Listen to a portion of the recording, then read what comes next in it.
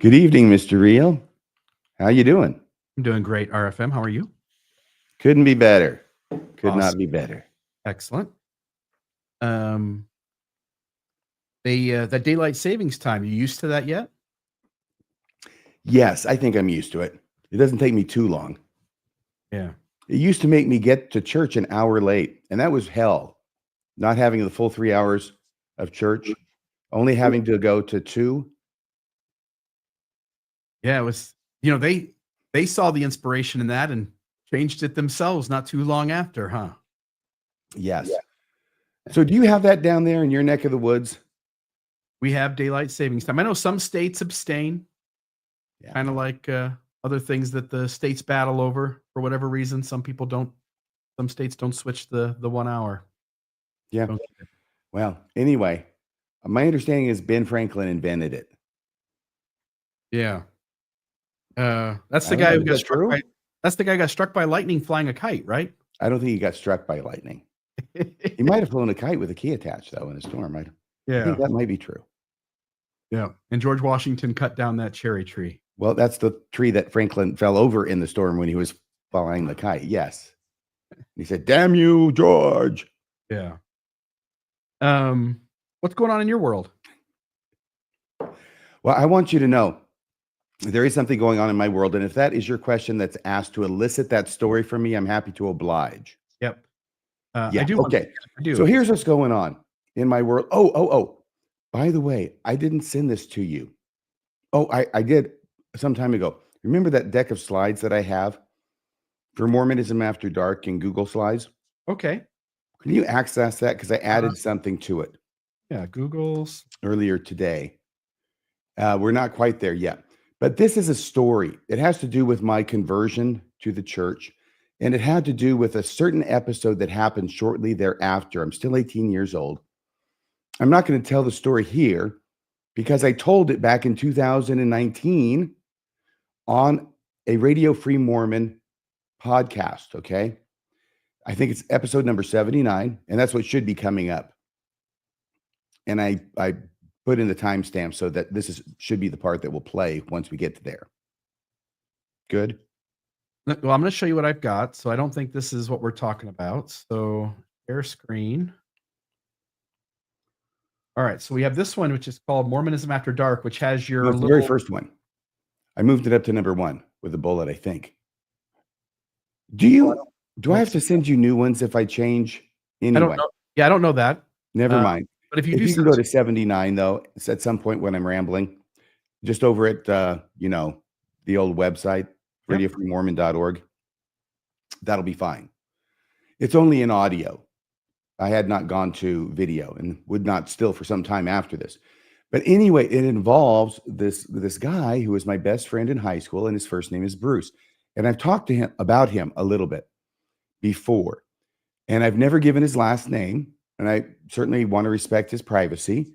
But he was a very big influence on me in high school, and he is the person who ended up converting me really substantially to the Mormon Church. He baptized me into the Mormon Church back in June of 1978, right out of high school. Now, I tell a story there which raises a certain question. And here's what happens. I tell the story, I go on, years go by. I don't talk to Bruce very often. Every now and again, maybe once a year, like max, he'll fly in. He lives in New York. He's lived in New York forever. He works over there in the big city, or has since retired. But every now and again, he'll come out to Washington to visit family and have friends get together. So those would be the only times I really see him. And we pretty studiously avoid talking about anything about the church. And I think it's a tacit understanding between the two of us that I have a very unorthodox viewpoint, and in some ways a critical viewpoint of the church, and that he remains faithful. And I think that we both navigate this by not bringing it up out of respect for our friendship. Yeah. Because he holds the position he does for the reasons that are important to him. You hold the position that you do for the reasons that are important to you. Yeah. And, I don't hold it against him. I don't think that he was out to try and shape my life in some kind of malevolent way by teaching me what he thought was the truth and the only way to happiness. Obviously, I don't blame him. If I blamed him, I'd have to blame myself for all the times I did that to other people. And I can't stand that kind of guilt. But they're out there. So, no, I don't blame him. On the other hand, when I was talking to you earlier tonight, Bill, it did Yeah. strike me that, how can Bruce really live with himself as a faithful Mormon? Because he's the guy, he'll go down in history, right? He's the guy who baptized RFM. Yeah. He dunked you by full immersion Oh my in gosh, the font. he did. And it took, baby. And when he gets up in front of St. Peter and his name is read, and St. Peter looks at him disapprovingly and says, wait a second, you're the guy who baptized RFM. And Bruce he won't even say a word. He'll just turn around, hang his head, and start going back down those steps. I love the story, the story you just said. And then you've got Kyle McKay being somebody you served on your mission. And then there's also, I don't remember what that guy's name is, but he came back to the church and he's like the guy held up for coming back to Mormonism. Yes, he is one of them. Yeah. Do you remember what his name is? Because his interviews are out there too, being interviewed by the apologetic side. Here's the thing. He has a couple of names, and I don't think it's anything criminal. I knew him as a certain name. Yeah. It was Steve Sanderfer back in college when we were best friends in the 80s. And now he goes by something else. I think Dusty was a nickname of his at the time. I called him Steve. He called me Radio. And so we got along that way. Yeah. But I think he goes by maybe Dusty Smith or something now. Anyway, yeah, he's that guy. And so And it's folks so strange because he leaves the church over Joseph Smith's first vision in the 1832 account being published by Dean Jesse in that collection. Yeah. That came out at around 84. The personal writings or personal papers of Joseph Smith, sort of an antecedent to the full-blown Joseph Smith Papers project. So, and he got wrapped around the axle about, is it one or is it two? And I pled with him. I pleaded with him. I wrote him long letters explaining why that was not a big deal. With all my apologetic, persuasive power, I wrote that letter and I talked with him, all to no avail. And he leaves the church. He actually becomes kind of a vociferous critic, apparently. I mean, I didn't encounter him or anything. And then he comes back to the church and he has this story that he tells to explain how it is that he left the church and how it is he came back to the church. So that's Dusty. I'll just say Dusty. I think that's the name he wants to go by now. All right, sorry, I didn't get us off track there. Let's go back to your story. Are we on a track? Is there a track? Yeah. I don't see a track. Okay. Well, I know that you were chatting about your friend who had brought you into the church and who baptized you. Yes. So here's the thing. It turns out that he hears this. He hears me telling this story, which I'm going to play for you here in a second. I'm not going to try and keep you in suspense forever. It's a good story, though. And this is how it sounded when it played in 2019 and has played ever since. You can pull it up anyway you want on any platform you want practically. And somebody probably told him that they encountered this and he probably listened to it. I just can't imagine that he's actually listening to my stuff, right? Given the situation. So if we play this, once we play this, then you're going to understand the fact that he knows about this. He knows I said it. I know I said it, but I don't know that he knows I said it, right? But we continue with our relationship, such as it is, meeting once a week with once a year, with other friends, and not talking about anything about Mormonism, right? So why would it come up? But it did finally come up, and it came up last Monday. Let's play this story, shall we? I think that we got enough out to where the story will fit in now, even though it's a little bit in the past. Okay. And then you said you've got a sound thing sent to me, or is this just from the episode 79? Oh, yeah. I'm so sorry. It is from episode 79. Okay. What's the timestamp? It's okay. I'll get this for you. Oh, I got it right here. I wrote it down. 37.58. and it'll go to 42.08. Okay, give me that start time one more time. 37.58 Okay. and then to 42.08.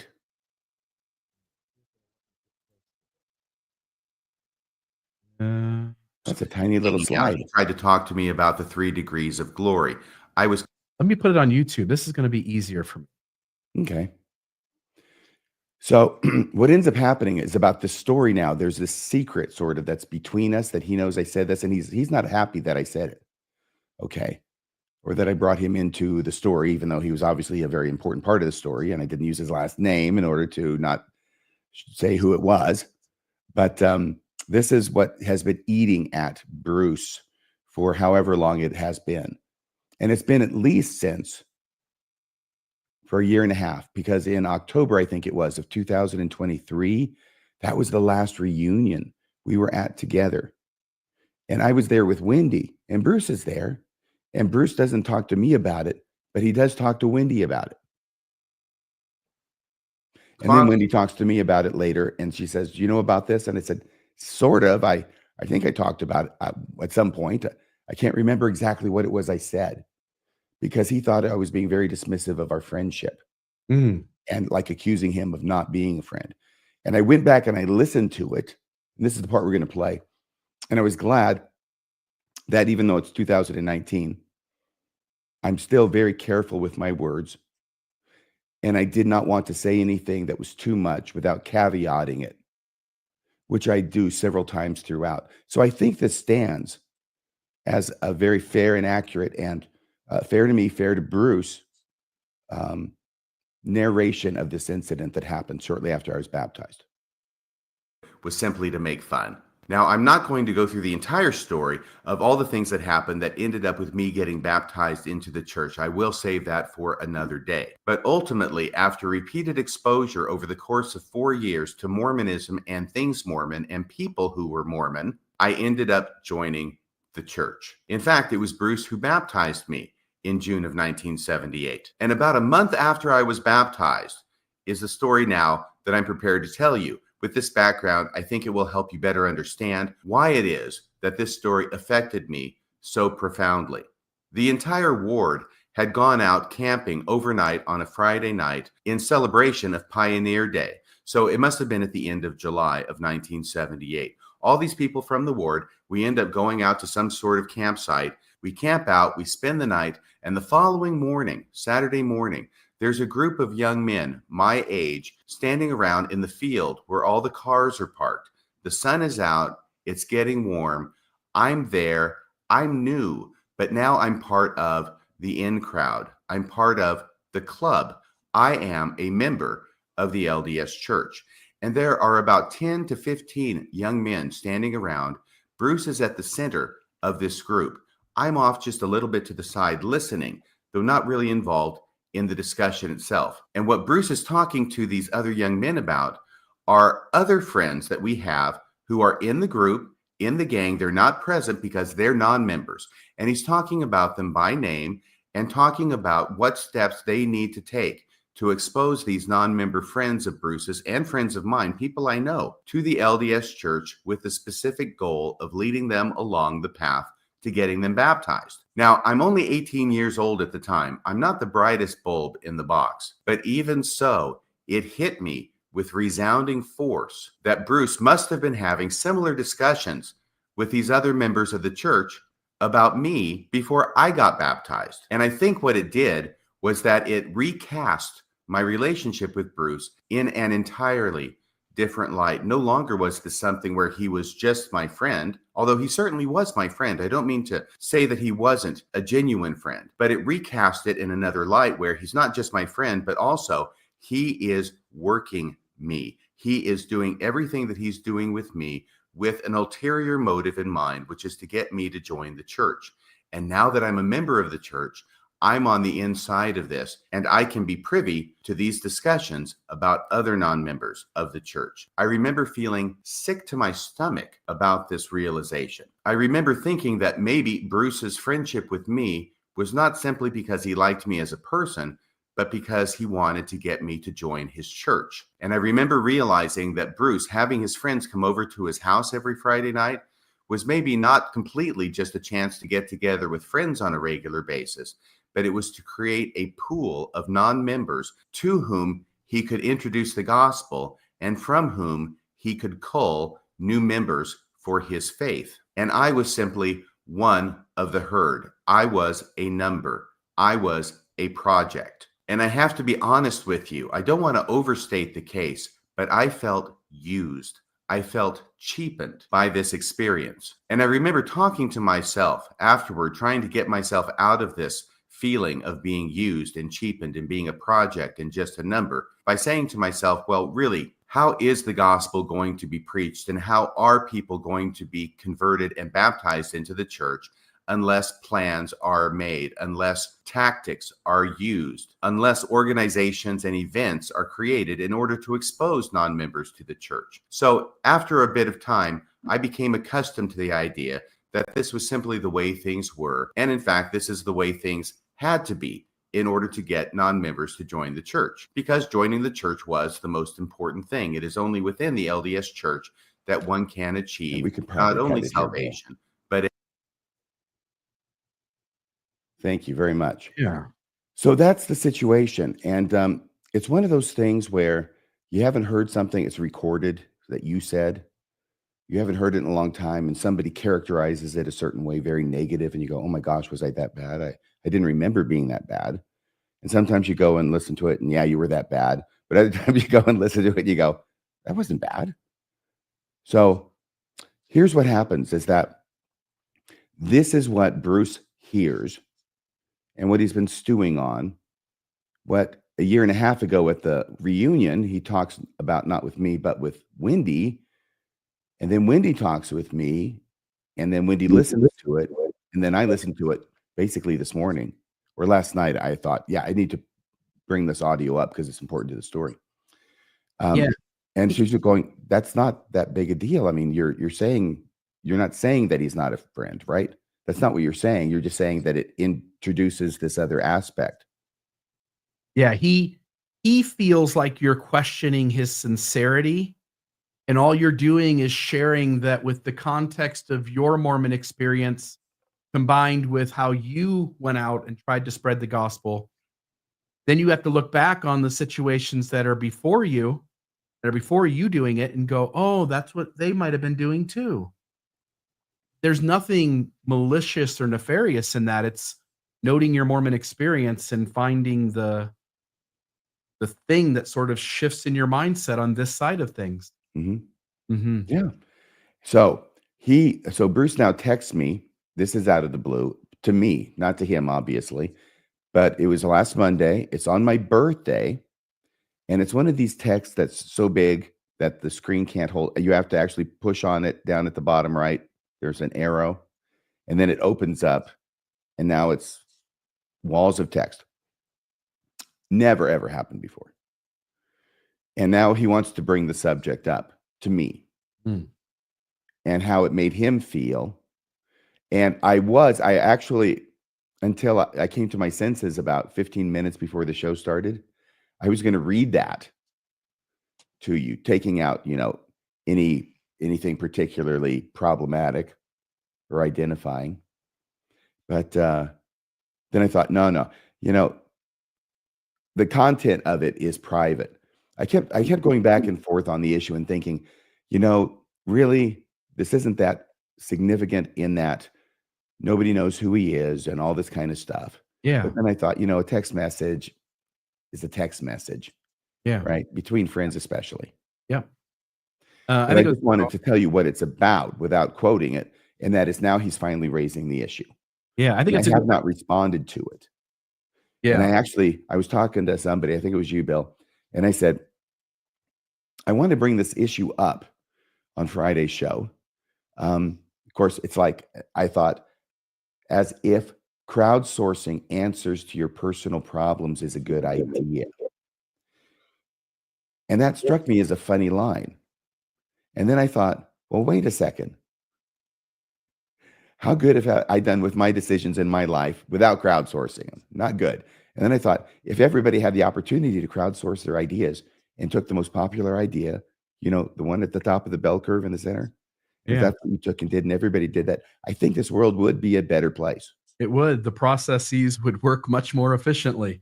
Um, my 2 cents. Folks can certainly in the chat, please put your 2 cents in And on this. also remember, he may be watching. Yeah, totally. Be respectful. I mean, I know enough from you talking to me privately to know that this is a person that you have a very friendly, good relationship with. This is somebody you like and care about, and that's come across clearly in the conversations we've had. My 2 cents before people, put their 2 cents in is, I think he's coming from that perspective of feeling like you questioned his sincerity, and Right. maybe just acknowledge how you can understand how that would feel. Like Mhm. if your sincerity had been questioned, that bumps into you and it hurts. Uh, and then I would Well, hope, wait a second, but if my sincerity, I hear what you're saying, and I'm not trying to be argumentative, no, no, counselor. no, no, no. Then you All would follow it up and you'd say, and this is what was going on my side. right, on my side, if I were trying to, wanting to be his friend, but on the side, I'm trying to get his, family to sign up for Amway, then I would have to acknowledge the fact, even if it took some time for somebody to point it out to me, that my interests were at the very least divided. Yeah. It's a reasonable expectation once you've been Mormon or in Amway or contracting as a Jehovah's Witness. The moment you've experienced a high demand religion, you understand that getting the next people to come in the front door is what everybody's focused on. There was one other thing he said, which I thought was interesting. Once again, not reading. Yeah. He said, because he's been thinking about this, obviously, Hmm. for some time, years Yeah, probably. wait on him for sure. And he said he has thought about talking with me and trying to persuade me, but he knows that I know more than he does. And he also knows I've had spiritual experiences. Yeah, it's both of them. One is that you're one of the most informed people on planet Earth about this religion called Mormonism. Whatever that number is, top whatever. Kosi Kosa. Yeah. Top Continue. 10, top 15. And even if the apologists want to go, no, top 30, whatever you want to say, you're an elite mind around this religion on this planet. So I won't stop until I'm the most toxic person in the anti-Mormon community. yeah, well, there you go. um, so there's truth to that. Like, what am I going to tell you that you don't already know? You already know. Like, I listen to you talk, and you know things about Mormon history and the details of them, and I don't even know the event occurred. And that's most Latter-day Saints. No offense, that's what the religion wants its member to be: is show up to all the work, but don't dig too much outside of here. Um, but it's a sincere position to hold. Believers believe for the reasons that are just as valid to them as your reasons are for where you're at in your journey. Right. And the problem here is not only on my end of a relationship, Yeah. but it's on the Mormon's end as well, on Bruce's end. Mhm. Because let me liken this to something that happened last week, and Colby had zoomed in or whatever it was, and he was sitting on a couch, and there's this expansive wall with a piece of art behind him. And I had said, "What's that on your wall?" And he goes on and on about the piece of art. And I said, "Yeah, well, thanks for telling us that, but I meant the big hairy spider." And he laughs, right? He laughs.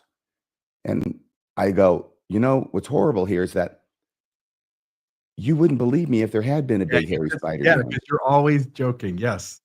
So what the problem is that I have lost my ability to be able to warn people of imminent danger or death Yeah. because they're going to start laughing. And then Yeah. the bus, boom, And how Yeah. do you think that makes me feel? That's what I want to know. How am I supposed to feel about The that? jokes keep coming, don't they? Because the laugh in this moment is way more valuable than the Oh my gosh. 0.2% Mhm. that something tragic's going to happen.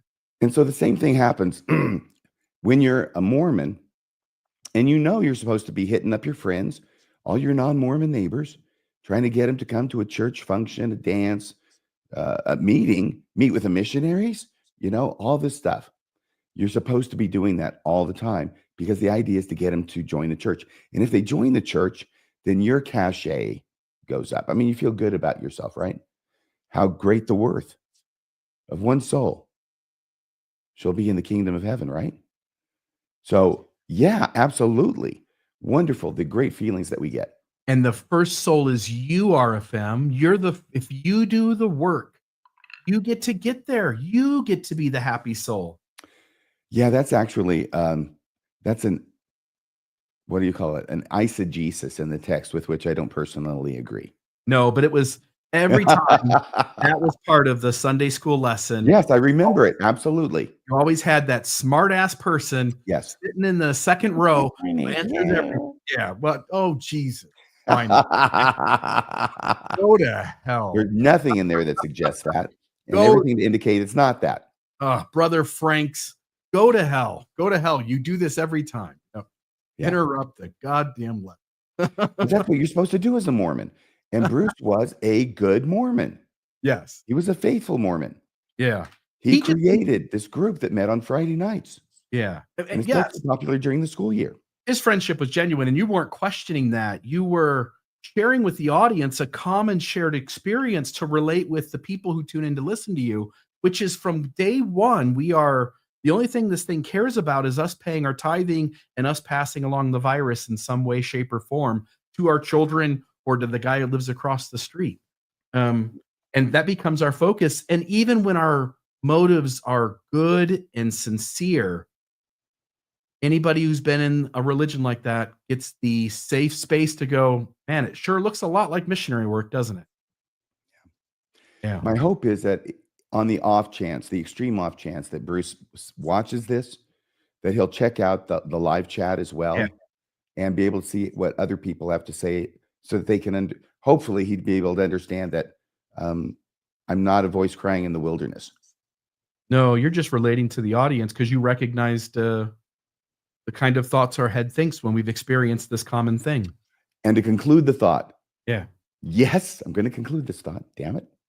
To conclude the thought, in the same way as I lose my ability to warn people about imminent death and destruction because they think I'm joking, because I do a lot of joking, in the same way, a Mormon could be said to lose the ability to form friendships in the same way that they would be able to create them if they didn't have this ulterior motive lurking in the background. Yes. Bruce. I think I said that right. Yeah. Bruce, shame on Mormonism for corrupting the mechanisms by which we connect to others and sabotaging them in such a way that we have to doubt the sincerity of a situation ever in the church. Yeah. Great story. Well, thank you. Thank you very much. I'm really glad that I realized, no, I'm not going to read that whole thing. Yeah. These interactions that we have with people that we care about, who we love and they love us, and we've had shared human connection and experiences with. And then because somebody doesn't believe and they're talking about their experience out loud and they're relating to others and they can understand where someone else feels and thinks something, that becomes a really hard thing sometimes for a believer to sit with. Mhm. Just as it's hard for me to sit and listen to someone who believes, who's resistant to the information in some way. And again, everybody has their reason. But yeah. All right. Absolutely, The room they belongs do. to the spider now, Kobe. That's right. So we've got a food poisoning in the chat down below. This is salmonella. Salmonella. Sal Paradise.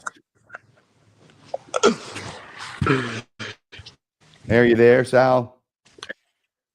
What's up, man? Are you hanging from the ceiling again? Can you hear me? We Barely. hear you great.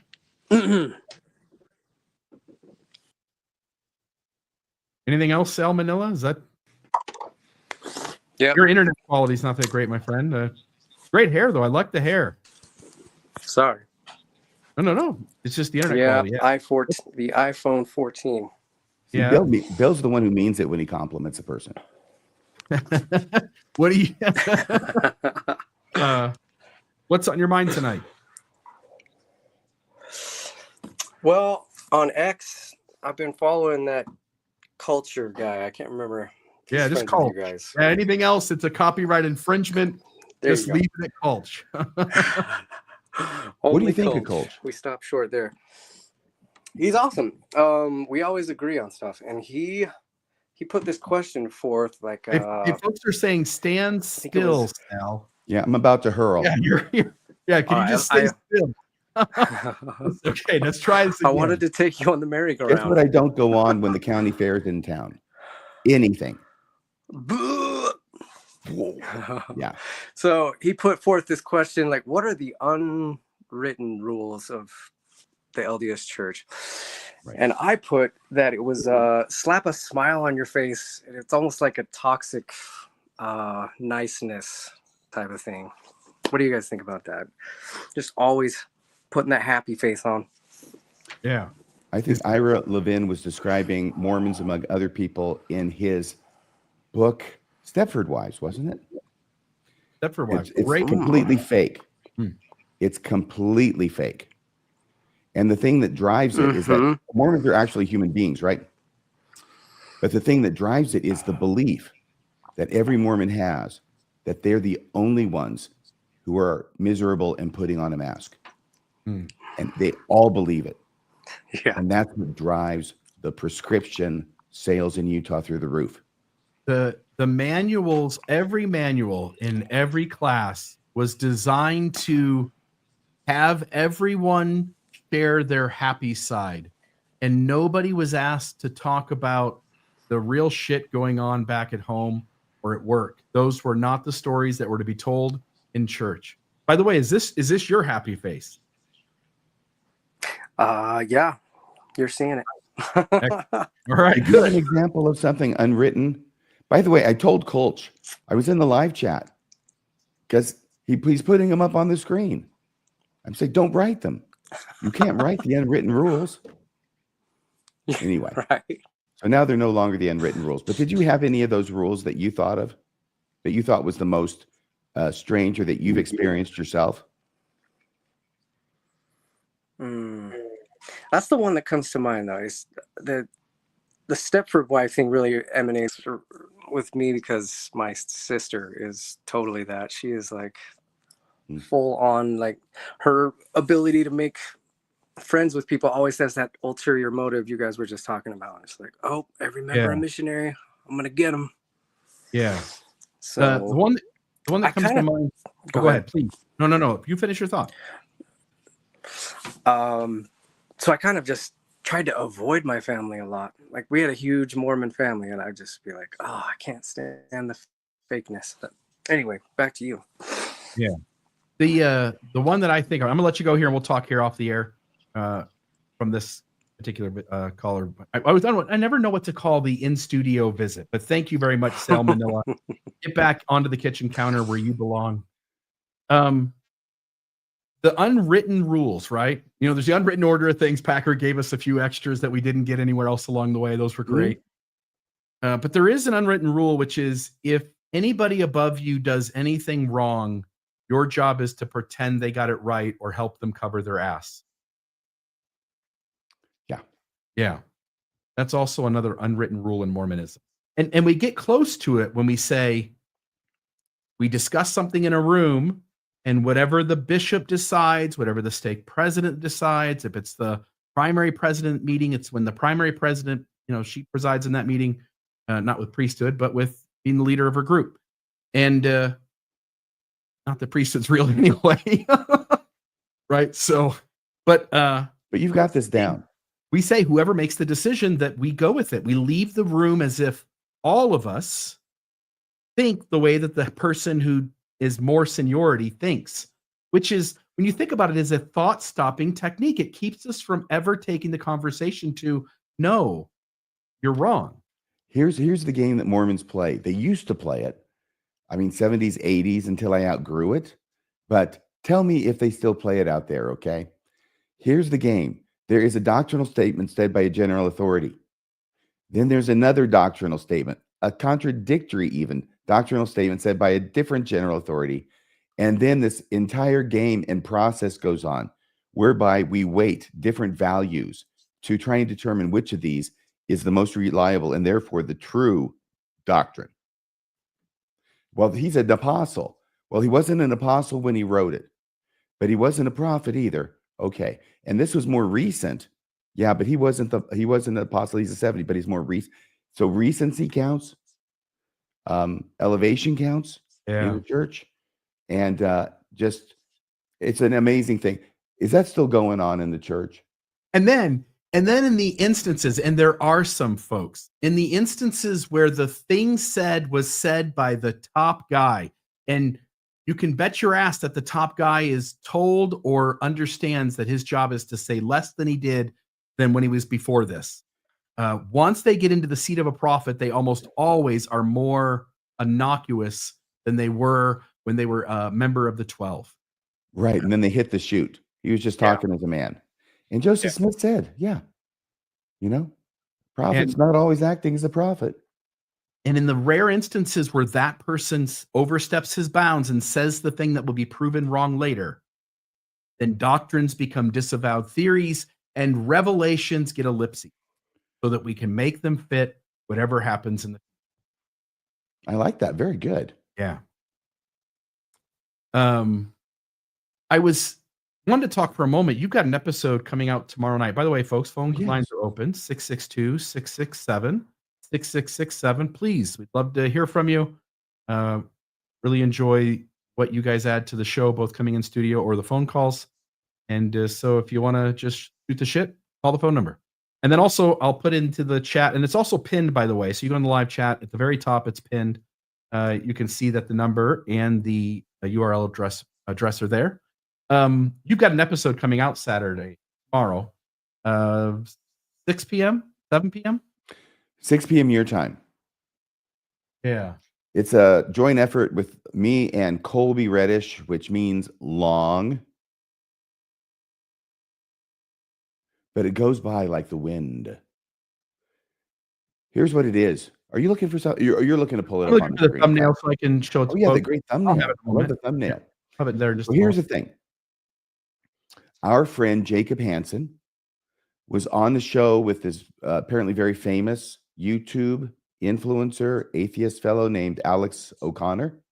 Yep. And there's been a bit made of it, and we knew it was coming because Jacob had announced it and wanted people to know about it. It's quite an accomplishment, and congratulations, Jacob, on that.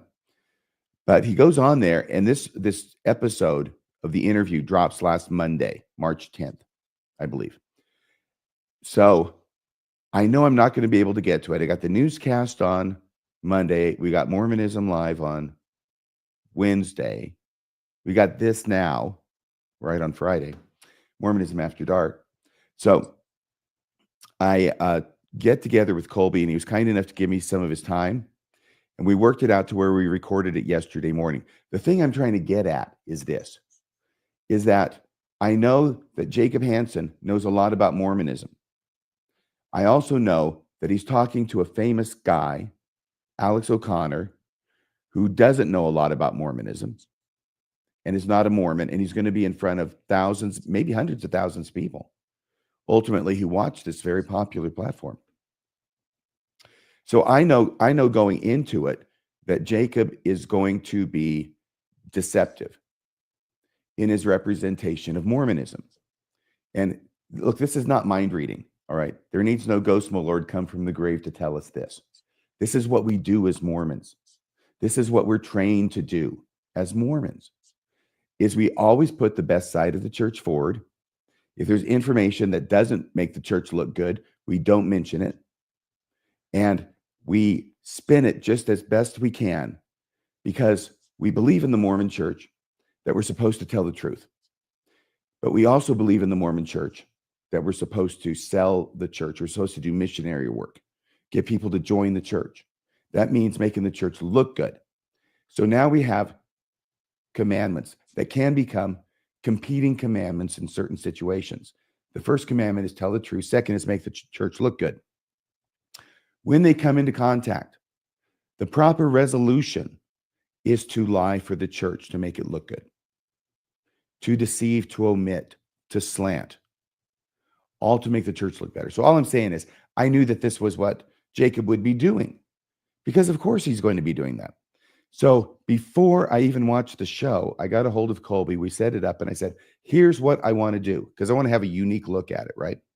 I know other people are talking about it. And I haven't watched them because I don't want to be influenced by their take on it. But I thought, here's my take. My take on this is, how is it that, because we can use this as a case study to show how Mormons actually, they just lie to you when they're talking to you about their religion. And I say lie if we use the LDS version or definition of lie in the LDS Principles Manual, and we do that too. Withholding the full scope of truth. Yeah, so I do slides for all of them. I end up coming up with 24 slides of clips from the show. One or two may not be technically deceptions, but there's at least 20 deceptions that I identify in these slides that Jacob engages in order to try and put one over on Alex to give him a representation of the church that is overly optimistic and taking advantage of the fact that Jacob knows or hopes to heck that Alex doesn't know about. And in a couple of instances, Alex did know a couple of things, and it surprised Jacob too. And then he has to go to plan B. And we trace that out too as it happens. Yeah, you and I talked before the show tonight, and you were mentioning, we were talking about your episode because we put it together today, and it does release tomorrow evening. What time did you say? 7 p.m.? It is 3 hours and 20 minutes. Yeah. I wanted an hour and a half. Colby gives me 2.5 hours, and he says I got to be out of here because I got to make a presentation to the legislature. Yeah, because that's the kind of stuff Colby does. And we get to 2.5, and I'm trying to give warning signs along the way. You know, we're at the this place. You know, we got this much left, and we blow through it. And are you okay? He says, yeah, we'll just keep going. It flies, and I think it's because we have these clips going throughout with different examples. And it's really interesting because what you're looking at is me, an apologist for the church. I'm no longer an apologist for the church, but I've been there, done that, got the survival jacket. you know exactly what he's doing, why he's doing it, and what he's banking on the other person not knowing to be able to add to the conversation to push him back. And I'll just say this too: you set me on a wild goose chase. I had to work until 8:30 because we ran over. Yeah. That's all. Everybody, Colby, thank you. Colby sacrifices for his art. And there goes my very real cigarette. Sending $20. Have you guys reached out to see if Alex O'Connor? By the way, I thought of that tonight. Let me say this, Paul. You and I had this conversation before the show. So I was eating dinner. I sat down at the TV. My girlfriend and I were sitting and watching the YouTube channel with this Alex O'Connor, Jacob Hansen conversation. And Alex is there just to talk. He's just looking right at Jacob, and his own brain is handling the entire conversation, and he doesn't have a pre-planned thing that he needs to say in this moment. But watch Jacob. Jacob's looking at that second monitor, and he's reading almost the whole thing. He has his list of his 10 things he wants to take the conversation to, and he did this with me. He's done it other places where he intentionally forbids the conversation to be natural and just go where it goes. And he's got his 10 little bullet points that he knows will be the safest things he can say and portray Mormonism in a positive way. But yeah, so somebody says, would you guys, I actually thought of that tonight. I'm going to reach out to Alex O'Connor tomorrow and just say, is there any chance you'd have me and Radio Free Mormon on? And by the way, folks, anybody wants to throw the comment, by the way, it'd be fun, RFM. You and I sitting with him, starting with treasure digging, ending with the leadership today, and talking about all that Mormonism is that Jacob didn't ever want to get into. Don't forget Colby. Yeah, here he is. Oh, there's Colby. I didn't know you were there. I popped in when you were talking about me. I just I'm wanted loving to your say, shirt. Oh, thank you. It's flannel, as people know, which is exclusively what I wear. Makes me want to have, a little goblet of red wine and maybe a candle in a Chianti bottle. And I'm sure he's got people in his ear. I mean, he knew some things about Mormonism. So I'm sure he knew some things. Who are we I'm sure talking about somebody- now? Who has people in their ear? Alex O'Connor. I'm sure that Alex Oh, has had people people reach talking out to him to go, you know, Jacob pulled a fast one on you. He was really deceptive here and here and here. And if you want to see those deceptions tomorrow night, Kobe and RFM. Yeah, I just wanted to say, I know that sometimes people get tired of Jacob content, nobody but gets tired of that.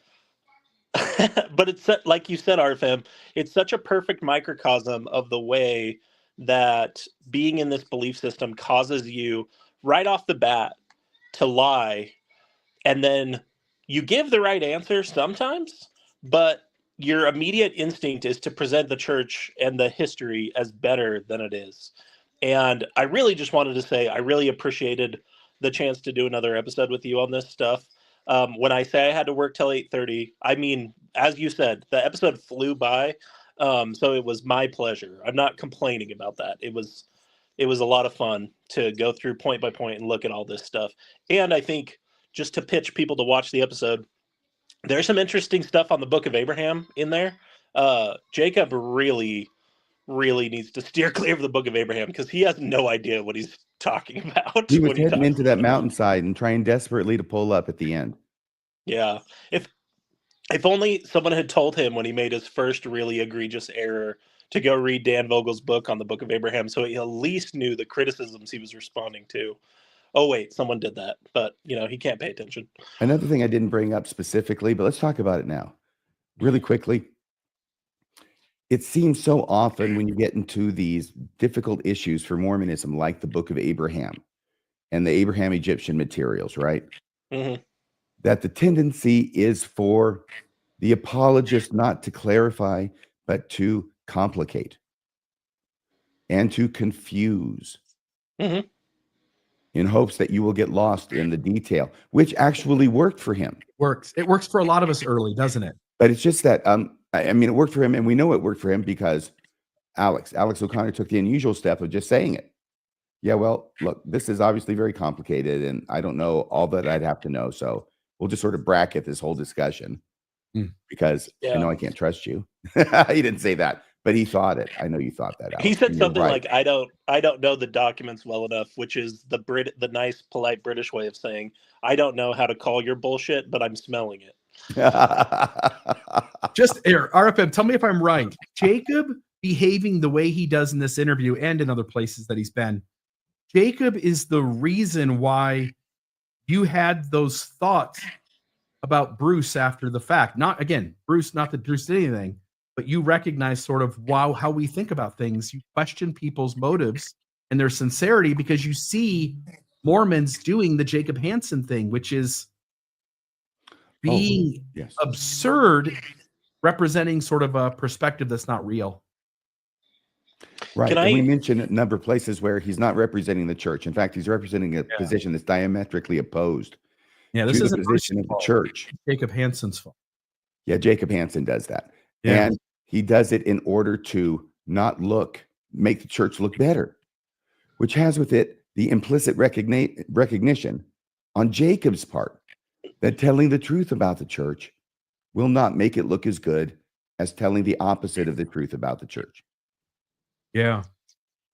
Yeah, Jacob- I had one example, Bill, if I can share it, which is, my wife and I appeared on Mormon Stories, and for like 6 months after that, we worked with our stake president and the area president on letters and on policies to kind of revamp the way the church handles child sex abuse cases, because that's basically what catalyzed our faith crisis.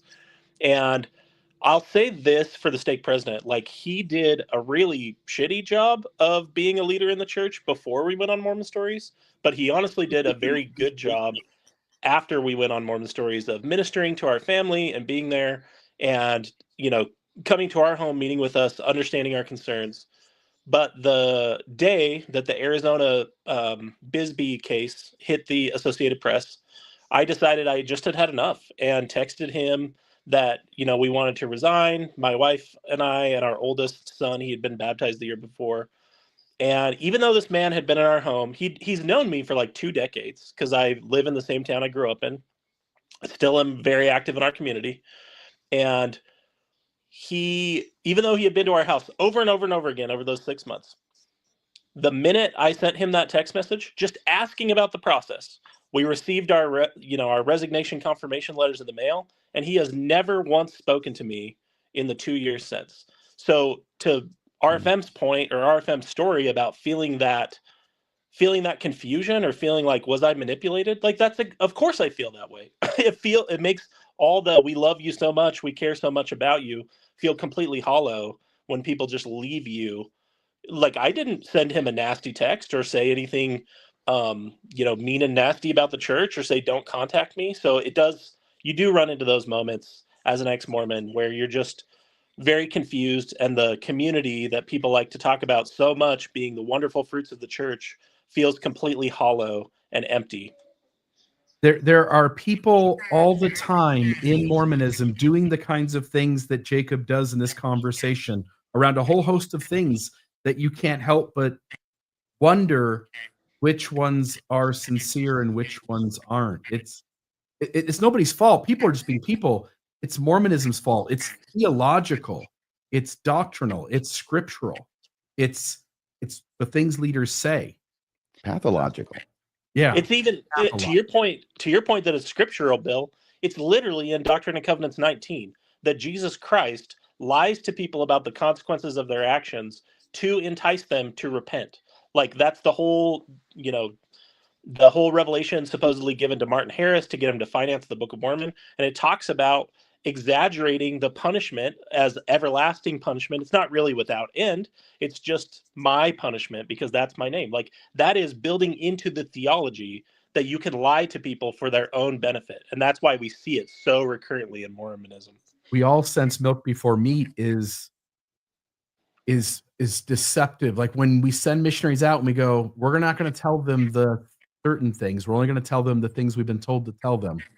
I think everybody intuitively gets like, I'm holding something back, and it feels a little gross. Yeah. Well, I'm looking forward to it. Thanks so much, guys. Good to see you. Have a good night. Good to see you too. Thanks for phoning in. What a project you two have, by the way. I'm gonna let you go, Kobe. What a project. You guys every week get together, and Jacob and Austin Fife and Ward Radio just keep giving the two of you something to sort of chat about and make a fun and interesting episode that I think is useful to people just almost on the weekly. Yes, neither of them have been walking normal for a while. Yeah, they haven't. All right, I've got a phone call here. Ariel is on the line. Ariel, are you there? Hi. Hey, how are you? Yeah, I'm good. A little anxious. I love your shows. I'm a huge fan. I had a thought the other day, and it's a little bit off topic of what you've been talking about, but I I thought it was really an interesting thought. Because I'm the only person in my family who's left the church, and my mom's still really active. She's very understanding, so I'm really lucky about that. But when I talk to her about things that bother me about the church, a lot of the time she'll say, well, that's the church culture. That's not the doctrine. That's not the gospel. And I've heard that. There's also a girl at my work who's Mormon, and she'll say the same things. And the more I've thought about it, it really occurred to me that the further back your family line goes into the church, there's different beliefs that you carry from different prophets and apostles that you lose track of the connection to that, and it just becomes the culture of your family. Does that make sense? Yeah, it was taught in the past, but to everybody in this moment, it just feels like something that got passed on behind the scenes. Yeah, so my mom is basically first generation. She was baptized along with her parents when she was young. And then my dad, there's polygamy in his ancestry. So I kind of, from both sides, I can see my mom is she's very loving, and she's very open-minded and accepting. And I do feel like that plays a role, that you have kind of a fresher taste of the gospel where a lot of the stuff that's been kind of shed over the years.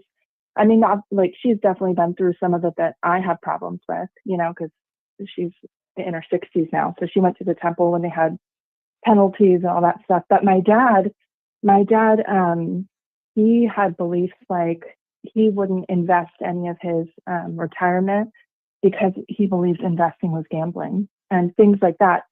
And I've seen other people too who their family generations go back so much further, and they have different beliefs that I've never heard of. And I'll hear it from different families who kind of have a deeper ancestry in the church.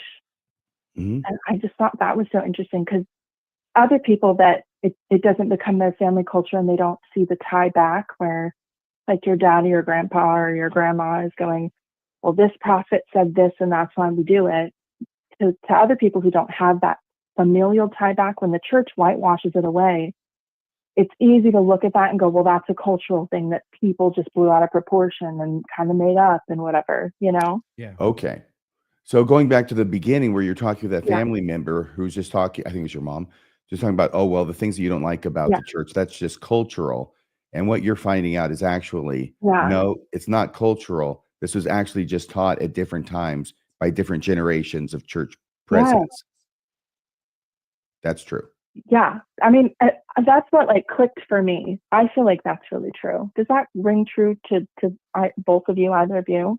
Bill, do you want to tell her about the Charlie Harrell book? No, I was going to say something else, but what do you want to say about Charlie Harrell's book?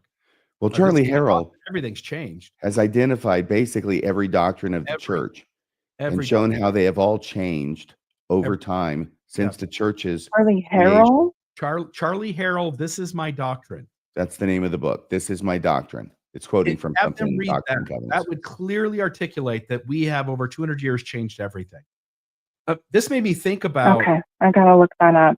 This made me think about. I managed the Family Pond and Hurricane for 7 years, and lots of fundamentalist Mormons came into the shop. And I remember being in Ohio and being a believing Mormon, and whenever we talked about the fundamentalist, the way I was made to understand it were these were just the people who wanted to do polygamy. And so they left the church and they wanted to go do this crazy thing and do polygamy. And when I learned that Wilford Woodruff, the manifesto wasn't real, and there wasn't a revelation, there wasn't ending polygamy, and it just went underground. It was a lie to the government and a truth to the members. And they said, we're not going to do it anymore inside these lines, but you 37 people, we're going to set you apart for a special mission to keep the principle going. And it doesn't matter what we do back here in Utah church, you are to keep that principle going, because someday we'll straighten our shit over here and we'll feel safe and we'll bring it back. And those guys they went to Mexico and Canada and places in the United States, and they practiced polygamy.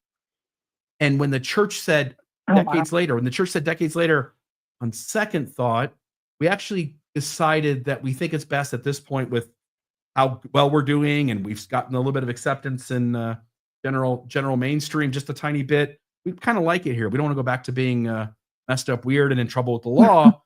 So we're just going to not do polygamy ever again.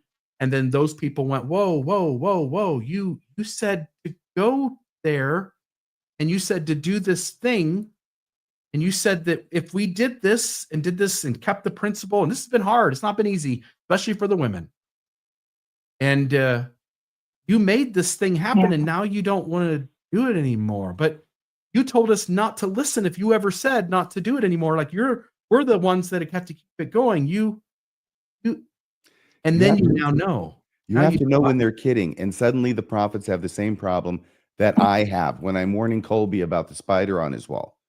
Because that I will say things that are not true as if they're true as a gag.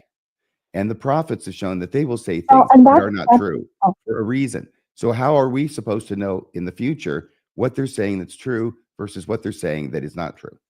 Yeah. So the social. Yeah, and that is such a good example, because that's what they do. They tell you to base your big life decisions off of things they tell you. Then when it actually doesn't end up working out and you've based your whole life off of it, and you have a family that's now polygamist, or you've married somebody because the church, the gospel told you, the prophet told you, any two worthy members can make it work, or you didn't invest your retirement, and so now you don't have as much money, and that's going to affect you. Make these big lifelong decisions, and then they go, well, you just blew that out of proportion. You made that choice. You took it the wrong way. It's your fault. It's why the gospel topic essay on race and priesthood is such a big deal, because it's one of the few times in the entire church where it says, okay, you can write this down and keep it from generation to generation. The doctrines we taught in the past, they are disavowed theories today, and we'll have to live with you knowing that. That one got said out loud. That's a good point. Such a good point. Yeah. Okay. Well, I'm gonna have to look at that book, and I'm gonna just continue listening. I just want to say for the record, even though I'm sure you go ahead. Nice talking to you. Thanks for calling in. Great call. And I'm just going to follow up the thing for the record then. Thank you. Yeah, that we talk about this quite freely, and it's on the church's website about all these polygamous marriages entered into, including with the knowledge, authority, and even in the person of Woodruff, the fourth president of the church after 1890. Yes. Yeah. Some guy got excommunicated for bringing that up. And that was Michael Quinn.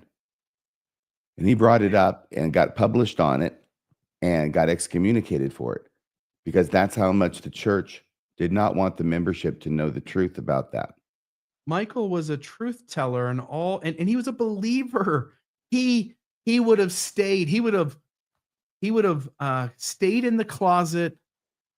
You guys went hard on him for telling the truth. He believed in you. All he did was write down his recollection of how things were. And he put sources to the stuff that he could demonstrate. And the majority of the time, he demonstrated it practically perfectly. Yeah. And you guys got rid of him. Shame on you. That's so gross. The truth tellers. Don't you dare let the truth tellers tell the truth. I just wanted to make sure that I was there to put that in its historical context, because I think it's important. Otherwise, when we stop remembering these stories, the church wins at whitewashing history. Yeah. You have to keep telling them over and over and over again, because somebody woke up today and they need to hear all of these for the first time again. So you have to keep revisiting things. So whenever I see like LDS Discussions goes on Mormon Stories, if you look at LDS Discussions website, I mean, all the respect in the world, tons of work, but he's just doing a what's Terrell Givens say? A bricolage. He's just doing a bricolage of the work that's already been done. LDS Discussions. He's putting into a combined format all the sort of things around various events in church history. And I can see certain data points that get discussed, and there are things that have been done long before you and I that we've reiterated. Stan Larson's First Vision article, right? For instance, Mormon Think.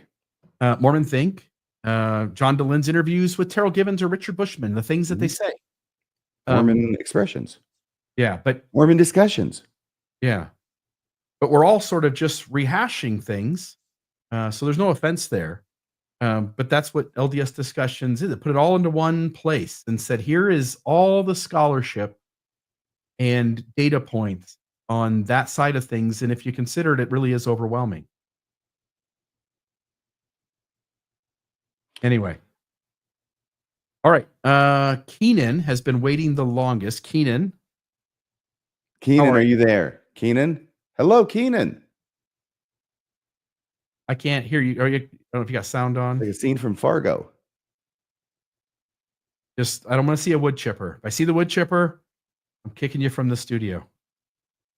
Yeah, I don't hear you at all. So you can go down to settings. I'm going to take you back into the green room just to get your sound working. You can go into StreamYard settings there and test your microphone and headset. Make sure that both are working. All right, I'm going to go to the phone line. This is Julie, and Julie wants to talk about 2 female callers, I think. Julie, are you there? Yeah. Hey, Can you hear me? yeah, glad you're on. You want to talk about this Alex O'Connor interview? Yeah. I watched it. Also got about a list of 20 things that I would have said if I'd been talking to him. Yep. But one of the things I feel like he's been getting a lot of love, and I wanted to offer a perspective. He talks to a lot of apologists, and he talks about the Bible because that's what he knows. Talks about philosophy. It is hard for me to listen to him Alex, we're talking about. because he, No. Alex O'Connor. Oh, Yeah. okay, Alex. No, we're certain. I was listening, Um, and as the abilities to do things and the knowledge kept stacking up, I kept saying, "No, she's talking about Alex. She's not talking about Jacob." Yeah, gotcha. So you want to voice a yeah, complaint about Alex? Is that it? Well, I just want to. I think he lets a lot of things go that I wouldn't. In particular, the fruits argument. You know, I think it would be. I think he ignores the human issues a lot. He does philosophy without sociology, and that's a gripe I have. So the thing that I like about this space is we have Mormon stories. I feel like in the ex-Mormon space, we do a really good job talking about human impact. And so, I don't know that he will want to talk to an ex-Mormon and get the other side, but if he does, I would love to hear them represent the human impact side of things. It's a little bit grating to me that he, I'd like him to listen to Heaven's Helpline or something and read about the Bisbee case and to sort of understand that this is more than just an intellectual curiosity. So, should that happen, I would love for whatever ex-Mormon represents us up there to get that side of it, because I think it's missing. Yeah. Yes. And I don't know this guy. I understand he's wildly popular. I can see has all these wonderful attributes. I think I mentioned him before, and I don't think I'm thinking of the show that's going to air tomorrow night. He's smart, he's articulate, blah, blah, blah. He knows his stuff. On the other hand, he was just trying, I think, to have a discussion, an open-ended kind of discussion, just sort of to get to know Jacob. I mean, this was mentioned during the course of the interview that the perception, I think, that Alex had was that this was going to be more of a discussion, although it did begin it abruptly. Are Mormons Christian, right? He does begin it abruptly. But after that, it's not like he really wants to call him on things. He's hesitant. He could, but he refrains. And I know that Jacob's trying to parlay that into another appearance so that Jacob can really get his ass kicked on national TV. But I don't know if that's going to happen. What I'm trying to say to you is I think that Alex is dealing with a lot of things that are not related to Mormonism. And this was just sort of one thing along the way. And I don't know if he's going to be spending a whole lot of time or additional episodes on it. Maybe he could. Maybe he will. If he does, I hope he does what you think is good. Yeah, definitely. I don't fault him for not. I know it wasn't a debate. So that's fine. It just, I just really felt it, especially when it's the one that I grew up in. All the things that he's missing. So, yeah. So, yeah, I didn't expect him to, but that's how I feel. But Julie, this is why you cannot trust someone who's trying to convert you. No. Intentionally or not, they are going to be deceiving you. Every step of the way where there's a fork and they could tell you some bad stuff about their church, they're going to not tell it, or they're going to tell you good stuff instead. Yeah. Again, yeah. Watch him every time that Alex starts talking. Watch Jacob look over to his right, assuming it's not, mirrored image or whatever, but he's looking over to his right, and notice him. He picks out his next talking point, and he inserts it into the conversation. He does not want to go where Alex would like to take him. There are twice. This is really given away because twice during this 2 hours and 20 minutes, Jacob says, okay, well, I'm going to talk about the elephant in the living room. And he says it early on, and he gets preempted from going into whatever that subject was by a question from Alex. So then they're off and going around. Jacob finally works his way back to it. And he says, okay, I'm going to talk about the elephant in the living room. That's how transparent it was. When I was on Mormon Stories the first time, I'm a sitting bishop. I want nothing more than to portray the church in the most positive light. And John DeLynn was safe to ask any question. And I fielded the question and I answered it. And we moved on to the next one. And I couldn't wait. I wanted to get as many of John's questions in. I love Mormonism and I've got nothing to hide. I just want to tell the truth. I just want to say things as I understand them. Ask away. But there's a part of Jacob that does not want to just go, let me set my script down. Let me just take the questions and let's see where this conversation goes. There's something that's protected, stays off to the side, and it doesn't get to come out. It doesn't get to be addressed because that wouldn't accomplish his mission, whatever his mission is. No, you're right. Truth is Mormon kryptonite. Yeah.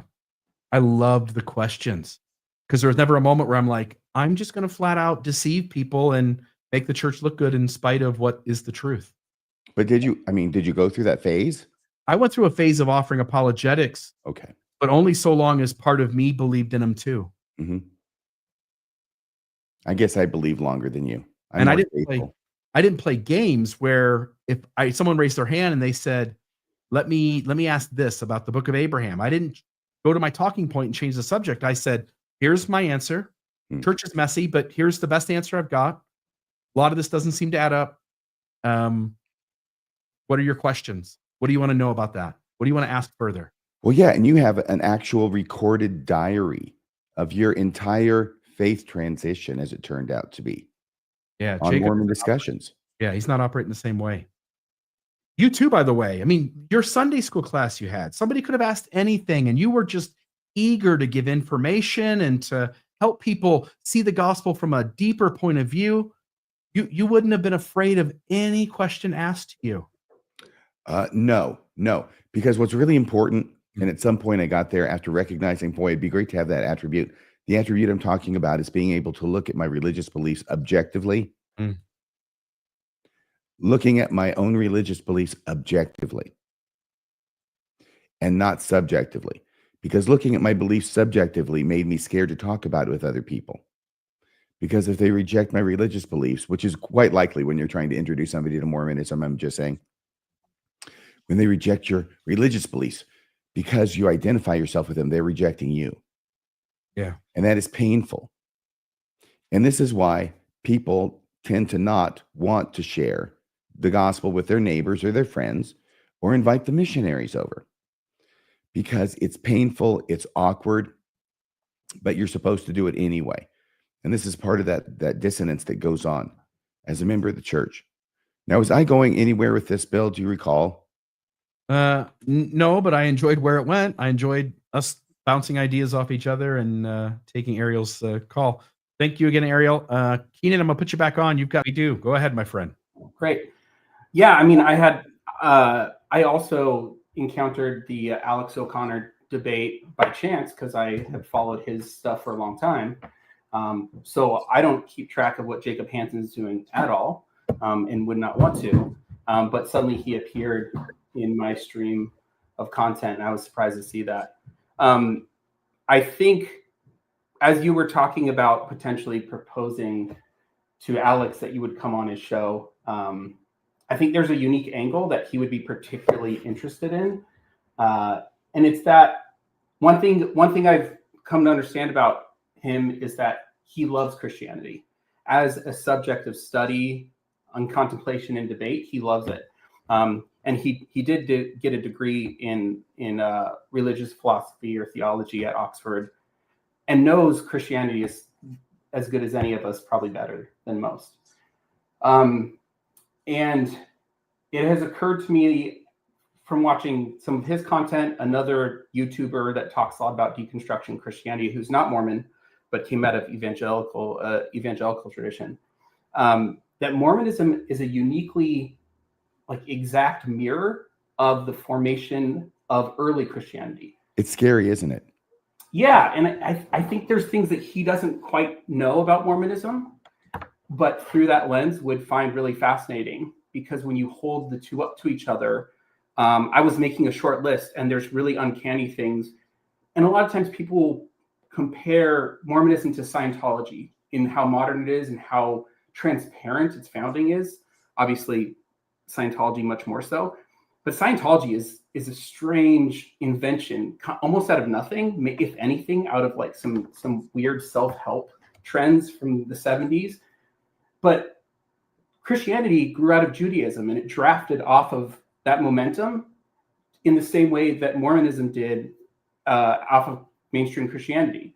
And miracle claims and the way a mythology formed around Mormonism that evolves, as you guys have talked about on your show, the transfiguration of Brigham Young, or there's endless numbers of the crickets that came and ate all the locusts out of this field. You can see the history of how miracle stories get formed, how they get perpetuated, how the mythology takes hold. I saw a debate just a few weeks ago where Bart Ehrman mentioned that in the first couple centuries of Christianity, the growth rate was pretty much right on track with Mormonism's growth rate over the last 200 years. So Whoa. Really? Yeah, someone had brought that up as evidence for Well, Jacob brought it up in his discussion with Alex, and I didn't know where he was coming from. I mean, it's hitting me for the first time. It looked like it was hitting Alex for the first time, but okay. Yeah, and so it looks uniquely remarkable to say, wow, this like, look at the growth rate, and then you look at Christianity in the first 200-300 centuries. By the way, having a population that is socially connected worldwide through technology and having the ability to transport in vehicles and airplanes makes a hell of a lot of difference in what speed rate something grows at. In other words, Mormonism growing in the present moment is worth jack crap compared to Christianity's growth in its time period, dealing with landscapes, speed of travel, lack of ability to communicate far distances. Not even apples to apples. And so it's just a ridiculous connection to make. Yeah, well, and Bart Ehrman was using it actually to say like, oh, this doesn't prove the validity of Christianity any more than it proves, because the person he was debating was an evangelical Christian. And he was saying, well, if this proves the validity of Christianity, how fast it grew in its first 200, 300 years, then surely it proves the validity of Mormonism, right? Horrible argument. Yeah, and so there's all of these things, and I it's actually something that has made me more attracted to kind of Dan Vogel's flavor of history. I actually wrote him a message because I didn't want to post this as a review of his book because it can sound bad, but I think I read Charisma Under Pressure, and he does a good job of painting a picture how mundane the story is, in the sense that like you see that Joseph, it's remarkable, don't get me wrong, but you also see that, man, that thing happened because Joseph Smith was grumpy that one day and he wanted to like assert his power over his brother. You know, you see how human and mundane, and when you think about Mormonism, it's not being a miraculous moment, but just day by day. What do people do who are under pressure and scared and all these things? Yeah. What was he feeling when he woke out of bed in the 1840s? You know, he was feeling a little angry in 1837, but what was it in 1843 he was feeling? You know? Yeah, and it's not Norwegian wood. It's not that he was a genius who had like, here, let me throw out some theological idea to you. He was probably talking this stuff over with his friends and spitballing ideas, and you know, there's a lot about it that's mundane. And then you look back at the history of Christianity and the work that scholars are doing now, and you see that like how human it all is. And it doesn't make me less charitable towards Christianity. It makes me, if anything, feel a more human connection to the early Christians and the formation of that church, and even Jesus as a figure, than the mythological story. And so anyways, I think Alex is not aware of these parallels. Yeah. And I think it's the strongest and most, what's the word, transparent parallel to, excuse me, I think to some extent he actually is probably aware of the parallels, because he needs to be in order to use those as judo for evangelical Christians to counter their claims about Right. Christianity with similar claims about Mormonism. Yeah. Yeah, I think. Well, I think he's. I think Alex specifically is aware of the problems with early Christianity and the human and kind of the natural formation of it. I don't think he's necessarily seen or understands the nuances of Mormon history and the details that Mormons latch onto as proof of its validity and how close those things are to. You know, Keenan, the crazy thing is the first time I came across that observation about Mormonism and early Christianity and the mirroring going on was from a Farms article. It was back in the 80s. I can't remember when this was or what it was, but it was very interesting in talking about the early history of Christianity and how Mormonism is matching it as an evidence of its truth. Mhm. But unfortunately, Mormonism is now going on 200 years old, and it is tracking exactly what the Mormons said happened to the original church that Mormonism said that Jesus established and went into the great apostasy by the end of the 2nd century. Mm-hmm. Oh, wow. That's probably its most prescient. That's Joseph's only real prophecy, I guess, was how his own church would apostatize and follow it.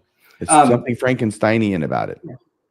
Yeah, there's an idea I heard the other day articulated better than I heard for a long time, but I think it really works well into this story is religion is not our source of morality. It is a way that we encode morality to perpetuate, spread, and we encode these things into stories. How and else it passes on? Generation without public school system. Again, before public school systems, we humans have been doing religion forever. How do we pass information on? How did we, as evolving, progressing, surviving human beings in tribes of people, we told stories, and the stories that lasted the longest were the ones that meant something for why you were here and where you came from and where you're going. They're the best stories to plan information on that gets perpetuated generation after generation. Bill, I just want to point out that we got 8 minutes left in the show tonight. All right, I'm going to let you go. Okay. Keenan. Thank you. Yeah, thank you. Sorry, Keenan. Yep. What? Take it easy. And then I'll just note, RFM, we got 2 more things. Where's George? I see George waiting down here patiently. Down there. We're gonna get to you, George. You're gonna get Looks your like Spanky and our gang. And then we got one more phone call as well. So I hope he's smiling. confirmation bias. What The facts say. You know, you and I are doing podcasts on what the facts say. Our episode this past Wednesday with the Kirtland Safety Society Bank, what the facts say. And then there's what confirms your beliefs. And where there's overlap, that's where you focus. That's the focus. And, you know, the foolish is foolish, but the overvalued is what gets focused on, and the undervalued is what gets reinterpreted or dismissed. Or you just don't think about them. Yeah. I mean, I know I can identify times when I consciously did not think about things because I knew it was going to be bad. It was in that far right circle. Yeah. Yeah. George, how are you? I'm great. How are you? Awesome. How are you doing? Spanky. You know the picture of him just sitting there waiting.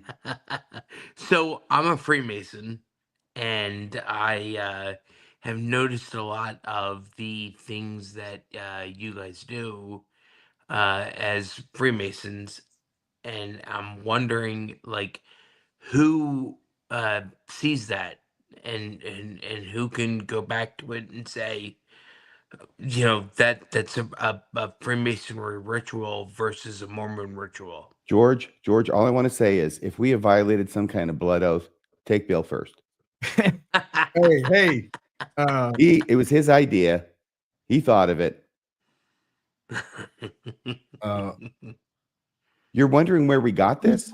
Who's going to rescue the widow's son? What do I say? Is there no help for the widowed son? You know, I'm the only person who can do the distress call. You better keep me around. If I say it, do you have to tackle RFM to rescue me? How's that work? Yes. If you do it wrong, John Taylor may shoot you with a pistol and shove you out a window. All right. Say your question one more time and let's answer it. I'm sorry. My question is, how do people who receive the Mormon ritual not realize that it is a Because you fuckers keep it so damn secret. That's why if you Masons weren't so secretive about all your damn rituals, then we would know that they were the same as what goes on in the Mormon temple. So I blame you. the first half of my You might church be right. the first half of my church life, I get other responses. So they give us answers. They tell us that the Masonic ordinances are a corrupted version of the original Mormon ordinances before there were Mormonism. So back in Jesus's day, he was doing temple ordinances. Back in Adam's day, he was doing temple ordinances. I know that. And that those ordinances they apostatized, they got corrupted, they became Masonry. And when somebody asks us, we go like, that is weird. It's sort of the same. And then somebody tells us that it went back to the Temple of Solomon, and it goes way back. And those Masons did those things back in, with someone who had authority. They got corrupted. But then later in life, you learn, and you're like, right, it's just Masonry. And you sort of just take it and you just set it up on the shelf up there. Yeah. And you walk away from it for a while. It's like the same tune with different lyrics. Yeah, same. It's the same old song, but with a different meaning since you've been gone. Yeah. So, do you just grab people in public with the high handshake? Because I had a Mason. Don't do that. No, listen. I don't grab people with any handshake. I'm just telling you, that's good. You do the Howie Mandel fist bump. I'm glad there's at least 600 miles between you and me, Bill, right now. I had an employee. He lives in southern Utah, by the way. I had a customer at my carpet store who, every time he talked to me, he'd give me this high handshake. And on the second or third one, I'm like, "You're a Mason, aren't you?" And he goes, "How do you know?" And I said, "Because I'm a Mormon." It wasn't the same handshake, but I knew enough about Mormonism to know what handshake that was. We don't know I'm enough in about Philadelphia, George. so we don't have very many Mormons here. George, are you a Mormon? No, I'm a Catholic. Okay, I don't know. Did you expect me to know that by the shine on your face? Hey, George. No. I live in Philadelphia. I'm a Catholic. Hey, George. Catholicism is weird too. All right, and yes, it's not any more true. It's not any more true than Mormonism. Oh, come on. You live in Philadelphia. Well, that's penance enough for being a Catholic Mason. That's how John Adams felt. I understand. So anyway, Thank you, George. so you wanted to know why it is. Okay, what you wanted to know is we've got Masonic things and lots of it in the Mormon temple in Downey. And you're wondering how is it that when we go through it, we don't recognize these as Masonic? Because it should just be stolen shit, right? Just Joseph Smith stole some stuff. I had no idea it was Masonic. I didn't know anything about the Masons. There are very few, and for a long period of time, the Masons were kind of hacked off at the Mormons for stealing their stuff. Really? For like 100 years. Oh. Well, can you imagine? And not only did Joseph Smith steal their stuff, he let the women folk in. Heresy. God forbid. Yeah, so there was a lot of bad blood between the Mormons and the Masons for a long time, but I think they've kind of, put things to rest, and now everybody's happy. Yeah, but he doesn't know. This guy here doesn't know why they let the ladies in. So remember the bathtub. He doesn't know about the bathtub, RFM. Was there a bathtub scene in church history? The original temple ordinance, they would bring the people in and get them stark naked in a bathtub. The bathtub is still, there's a picture of it online somewhere. And they would do the washing and anointing, like full go washing and anointing. Well, you don't want to get your clothes all wet. With me. That's got nothing to do with you. I'm not saying the Masons did it. The Mormons did it. When they let the ladies in, it was because the ladies were getting naked. They were letting the ladies in. That's why. Not for me. Well, to keep secrets too, polygamy and the whole thing there, and the Council of 50 eventually, and he probably doesn't know all these things. So you still are a Mason? You're an active Mason, George Mason? I mean, I'm a Mason. I'm not too particularly active. Do you know the famous actor George Mason? No. Okay. I think that's true, George Mason. Where do inactive Masons go after this life? Is this a joke? Heaven. This is hardly designed for a joke. It's just a question with a laugh at the end. James Mason. James Mason. Carrie. Good old Perry Mason. And if you know James Mason, you'll recognize what an incredible impression that was I just did. James Mason. All right. I'm too young. George, thank you so much. We're going to let you go. Have a great night. Thank you. Bye-bye, George. You never have too many Masons on your show. It's good No. luck. You're hilarious. Even when I don't get the reference. Did you ever see 20,000 Leagues Under the Sea, the Disney production from the 50s with Kirk Douglas and Peter Lorre and James Mason? No. Did you ever see A Star is Born, the classic one from the 50s with Judy Garland and James Mason? No, I've never heard that. But did you ever see Julius Caesar? It was black and white, but Marlon Brando was Mark Antony, and it's Brutus. James Mason? No. Well, tomorrow is very important because today is March 14th. Tomorrow's March 15th. Why is that important in the context of what I was just talking about? I don't know. That's not just for you. That's for the millions out there watching at home. I'm still on James. Well, I know the show tomorrow, but I don't know what it has to do specifically with like a special day. Tomorrow is March 15th. Yeah. Called in Roman times the Ides of March. Oh, look at that. The beginning, I think it's like 44 BCE. Was it 44 or 33? I think it's 44. I can never remember. But it wasn't that long before Jesus. So we've got that. And yeah, Julius Caesar's walking through the old crowd there, and some guy steps out in the play, the soothsayer. He's labeled only as the soothsayer. He doesn't have a lot of lines, but the one he has is really memorable. Beware the Ides of March. The Ides of March. Beware the Ides of March. And that's why. I don't know. Did you mute yourself? Did I do that with the power of my mind, saying I don't want to hear what God has to say to that? I must be muted. So I'm at the very end of my my drink. It's 9:32 at night. Tiny bubble. And, we've laughed a bunch. We've told some stories. We've answered some questions. We've had some callers, some folks in studio. I think it was a great show tonight. I hope you folks loved it. RFM, you were great as always. Any last Thank words? you very much. I'm sorry. I was reading this. I apologize. You're here complimenting me, and I'm reading other people complimenting me. I know where your Oh, priorities. today is Pie Day. That's right, 3/14. I don't like pie. I like Dean Winchester, but I don't like pie.